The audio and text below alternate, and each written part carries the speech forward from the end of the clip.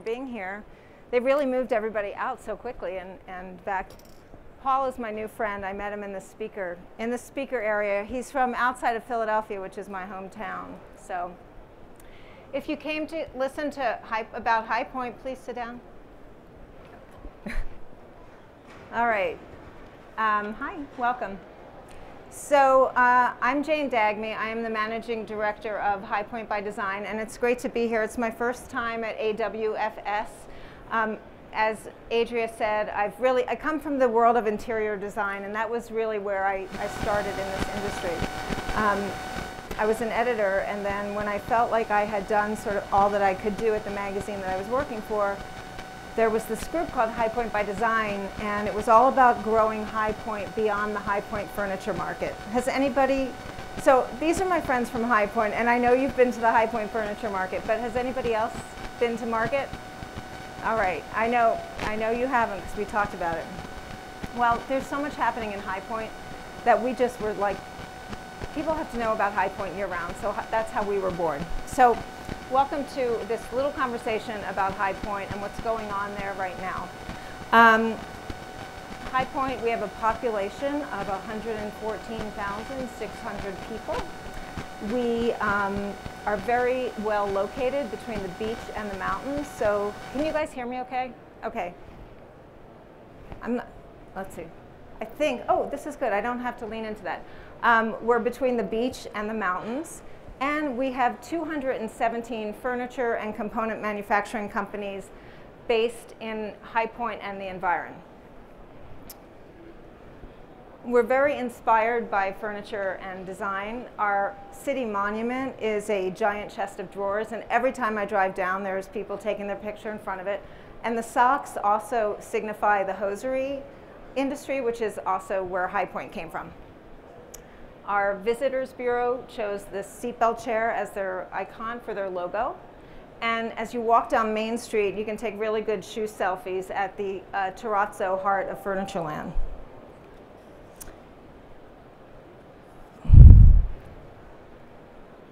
Who's been to market? Have you been to market? So we're home to the High Point Furniture Market. That brings 50 to 75,000 people in twice a year to visit High Point. There are over 2,000 brands that exhibit at market and over 12 million square feet of space. So it can be really intimidating for those who have never been to market before. We're also home to the International Society of Furniture Designers, and the executive director, David Blair, is right there. And they basically watch over the furniture industry and promote the advancement, improvement, and they support the profession of furniture design in High Point. And they have two hallmark events each year, signature events. The Pinnacle Awards, which is like the Oscars for furniture design and furniture manufacturing, as well as home furnishings. They're expanding into some other categories.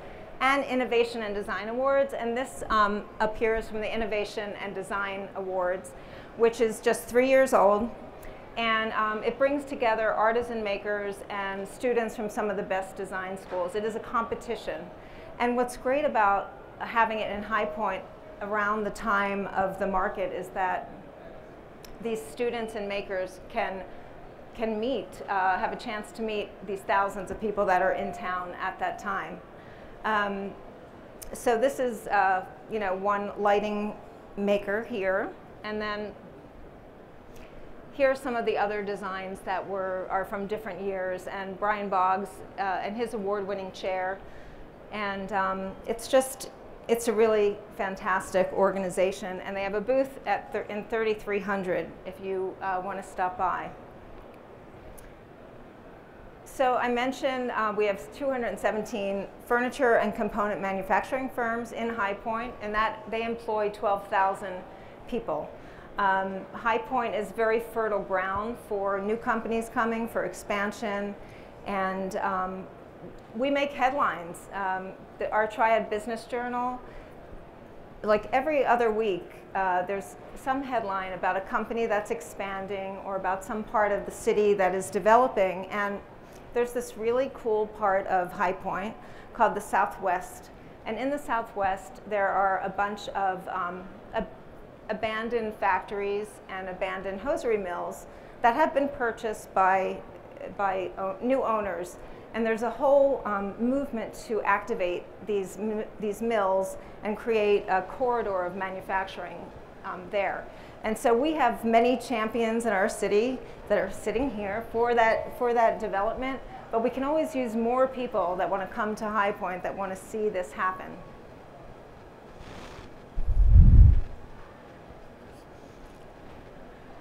I have all my note cards because I was a writer. Usually I flip them around. Another cool thing is in April we opened the American Home Furnishings Hall of Fame. And this is really about honoring the past and the legacy, what's going on in the present, and what is happening in the future. And the Hall of Fame is a museum, a little part museum, part event space and social gathering space, and also a learning center for students and the community to come and learn about the industry. So they opened in April. They opened phase 1, and they're getting ready for phase 2, which is much more interactive. And it's a really beautiful building. And you know, when we think about High Point, we think about the promise of design tourism for all people, whether that is for the trade, and then that tourism takes you behind the scenes to manufacturers and places like that, or whether it's for the end consumer to make them a little more brand conscious, to let them learn about the industry, and then also students who are coming to High Point to learn about where they fit into the industry. We had, High Point by Design had our annual meeting at the Hall of Fame recently, and we called it Synchronicity. That was the theme, because what's happening right now in High Point is all roads lead to the reimagination of the city. And our industry, furniture and design, they look to us as really crucial for the development, the next stage of High Point.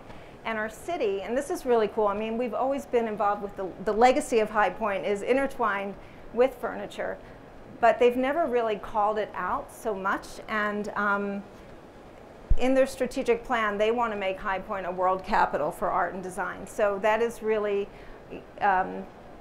they've announced it, which is new for them. And they see High Point by Design as being a leader in getting us there. So HPxD, like so many good things, we were born in the pandemic. What happened was High Point Market, they did not have an April market. And there we had a lot of people that lived in High Point that owned companies that employed a lot of people that had real estate that was just doing nothing. And nobody knew when anything was going to come and open back up. And then you had the explosion of people wanting to renovate their homes and everything that happened with the home industry. So we were like, well, what should we do? Well, we should open for them, right? Meet them where they are. So we got together a group, and we met every Saturday morning at this one showroom, and we created a little tiny, you know, pro High Point contingent that keeps growing and growing. And we really see ourselves as leading the way for High Point to promote and unite all that's going on in the home furnishings, design, manufacturing world, and being a real resource for people to find out more about where and see where they fit in. So one of the things that's near and dear to me about what I do at High Point by Design as managing director is treating the city like an incredible laboratory. And not only do we have incredible mentors available, some of them are sitting here, but we have incredible places for them to go see and visit. So we hosted, 2 days after the furniture market, we hosted SCAD, 35 kids from SCAD Atlanta, and we broke them up, we put them on buses, and they toured all around to showrooms, to manufacturing facilities. They did interactive projects. They had an amazing time. And so between university students and also getting the middle schoolers and the high schoolers involved. In fact, we all visited our local high school the other day, David and Justin and a couple other people from our group, and they're putting in a woodworking studio. There's only one other woodworking studio in a high school in High Point, right, currently. But we will have 2 very soon. And they're having trouble finding a teacher. or 2 teachers to do maybe a swap. So we went to take a tour of the school that is over 100 years old, and it was kind of cool and scary at the same time, and just to hear about what they need in, you know, to get this going, get this off the ground. So we really want to help them. So now I want to introduce you to just a couple of people that are either members of High Point by Design, supporters, but they invigorate the whole scene of High Point, and they're really excited about the growth and where High Point is going. So, one of them, Justin Stab over here, he spoke yesterday, and I don't know if anybody was in Justin's talk. I was there for the first part. Justin is, I'm not going to make you cry, but Justin is like, if you have a challenge, you know, everybody goes to Justin. He is the point person for creating so much of what's in the city. He's a mechanical engineer and a bit of a technologist, robot builder, with a really interesting background. And he worked for Caterpillar. I know I'm summarizing this, and I hope I'm getting right. So he was working for Caterpillar, then he worked for another company, and the culture wasn't quite right, so he eased out of that. And he did what all mechanical engineers do when they're looking for the next thing. He opened up a coffee shop in High Point because he likes good coffee, and there was no good coffee.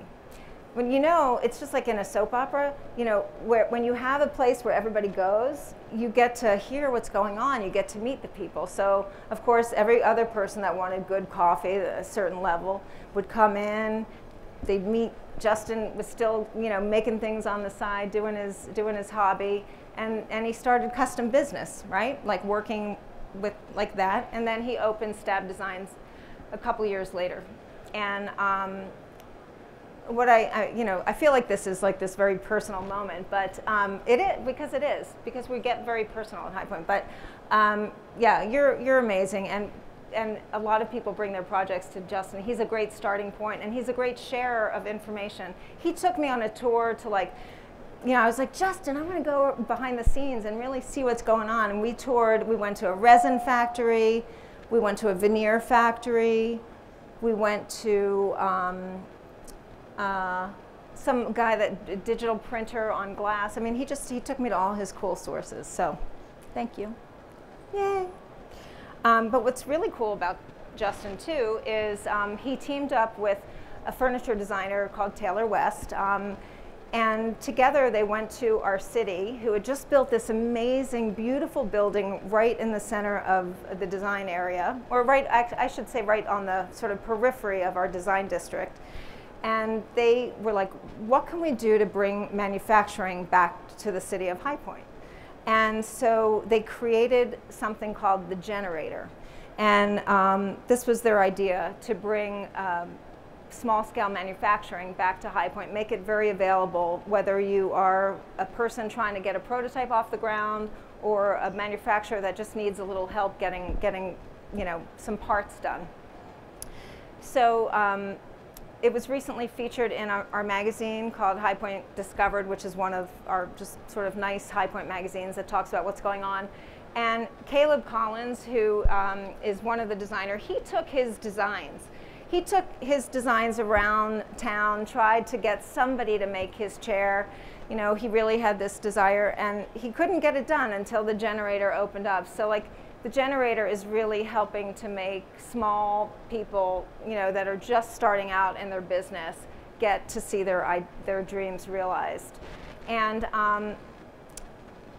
so the Generator is sort of like this bit of a jewel, and at this place that's called Congdon Yards, that is this main hub for, they also have really good coffee in High Point. And so it was made possible with lots of donations, as well as, and I think Justin was integral in the relationship between SCM Woodworking and the Generator. So he basically talked to them, and they put 11 machines in the Generator, you know, state of the art. And so not only does the Generator serve as a place where designers and creatives can watch their products being made, but it serves as a showroom for SCM. And so it works both ways, because with all the people that come into High Point, you know, it's a great way for them to show off their machinery. It's a great way for people to kind of learn about what they can have. Carol Gregg was one of the earliest adopters, or one of the earliest people to move to High Point. She owns a company called Red Egg Furniture, and she started selling Chinese antiques, and then she wanted to make furniture, so she moved to High Point. She said, I want to make furniture in the USA, I'm going to High Point. Well, when she came in 2004, she didn't find a lot of resources. It wasn't that easy to find out who was doing what. But she's persistent, and she figured it out, and she's been one of our best advocates. She has the coolest showroom, and it's in her house, so it's just really beautiful. She's using the generator for these tattoo tables, and so the way that she uses the generator is they cut her pieces for her, then she takes them very close and gets them printed, and then they come back to the generator for assembly. So not only is she able to do these pieces, which there's, you know, she can create like them on demand, but she's also creating them with a very low carbon footprint. How many people have heard about Varellin? So the Varellin, the people that own it, they are, I'm way behind on my note cards, but I got to get to my Varellin note cards. So the Varellins were one of the founders of HPxD and one of the initial investors of HPxD. And they have a great logo, and when you see their black trucks rolling up the hillside in High Point, it's just really cool to, like, you know that they're sending their furniture off into the world. They have been in business since 1999. They're celebrating 25 years next year. And they started off importing antiques and case goods. It's a Belgian-owned company. They started off importing exclusively. And they had a smattering of case goods and antiques, and they were like, you know what? We can't really get the full picture of this sort of like cool lifestyle without some upholstery. So we'll make upholstery. They started making upholstery. And then importing became a little problematic, and they dove into upholstery big time. And then they had all this upholstery, and they're like, well, we can't really tell the whole story. We got to go back into case pieces. So they just, about 5 years ago, they introduced tables and shelving and other that category into their line. So wood is 10% of their business right now, and they're very intent on growing that piece of their business. Varellin employs 150 people, and at market, their showroom is an incredible place to visit. I mean, it's like the moment you walk in, it smells so good, and they have great food, and they have the best beer, and so what they do on the last day of market is for a moment I was like, oh, Varellin. They bring their employees to the showroom so that the employees can see everything that they've made, because, you know, they make it comes off the line, and they don't really see it in situ, but they bring them, they host lunch, and they see all their pieces there, and it just, like Tom Varellin was telling me how it's so great for them to see their furniture being appreciated and admired and purchased, what they're making. So, and he also, we have a furniture library in our town called the Bean and Stock Furniture Library. And it's an amazing place. They have books dating back from the 1500s, and they have all different categories. And if you can't take books out, but you can go there and study and work with the executive director. And each year, the Bean and Stock Furniture Library, well, they have a competition, that's one thing, but they also host what's called the Future Designers Summit, and which many of us participate in. I think they're going to tour your place, Justin. David, you're part of the programming, and I love doing this. It's so much fun when we get this energy from the kids. And so the Varellins, they donated a lot of money this year to that, because they really believe, like so many people in High Point, like furniture, getting into manufacturing, it's It's a very satisfying, creative business, and they want people to, you know, get excited about it early. Then there's Jeremy Camilla, and Jeremy has his wood shop in his garage on a historic street in High Point. He was importing. He was another importer, bringing things in from Bali, and he did this with his wife in Durham, North Carolina. And everybody would meet Jeremy, and they'd be like, "Oh, do you make that?" And after being asked that way too many times, he's like, "I am gonna make some furniture." So he is a self-taught woodworker, did it through YouTube and multiple trips to Home Depot.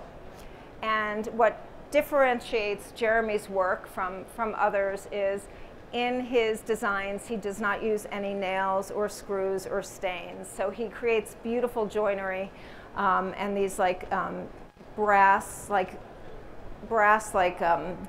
dowels almost, or, you know, I know I'm not using perhaps the right word, but anyway, his furniture is beautiful. This is a chair. He took this chair with him to Bali on vacation. He packed it up in a suitcase, and he put it. It's a knockdown, you know, and he traveled with it all over Bali, and he's really good at social media. In fact, he does social media for the generator. So what you start to see, and what the SCAD students noticed, and I should have kind of mentioned it earlier, but we're very interconnected in High Point. Once you get in, you just, there's a lot of overlap, and it really feels like an amazing, supportive community. And so we have this guy in town. He calls himself the mayor, but he's not the real mayor. His name is Charles Simmons, and I'm not sure what comes after octogenarian, but he's that next decade. And he comes to every event. I mean, he's a cheerleader. So when Jeremy met him, Charles said to him, "If you want to be an actor, you go to Hollywood, and if you want to be a furniture maker, you go to High Point." And Jeremy just took that to heart, and he moved his family, and it's a lot cheaper to live in High Point. He has a nice house, and he has a garage. And he's also, of course, has exposure to more than 50,000 designers twice a year. And so this is interesting. So Melissa Galt, who is in that chalk drawing, Jeremy's daughter is a painter, and she did that chalk drawing. Melissa Galt is the great-granddaughter of Frank Lloyd Wright. And she was a designer, and she is now mostly a business coach for interior designers. And what happens at High Point a lot of the time is there are these small tour groups that go around Market. And so Jeremy is always a stop on Melissa's tour. And I love that, you know, coming from such pedigree of design, you know, that she appreciates and visits Jeremy's studio a lot. So, and he loves it, because it's like they get very dramatic. They open the garage door, and then he talks to them about his business. And of course, he does custom work for designers. So I wanted to introduce you to some Dutch designers. We have a little bit of a Dutch invasion happening in High Point right now.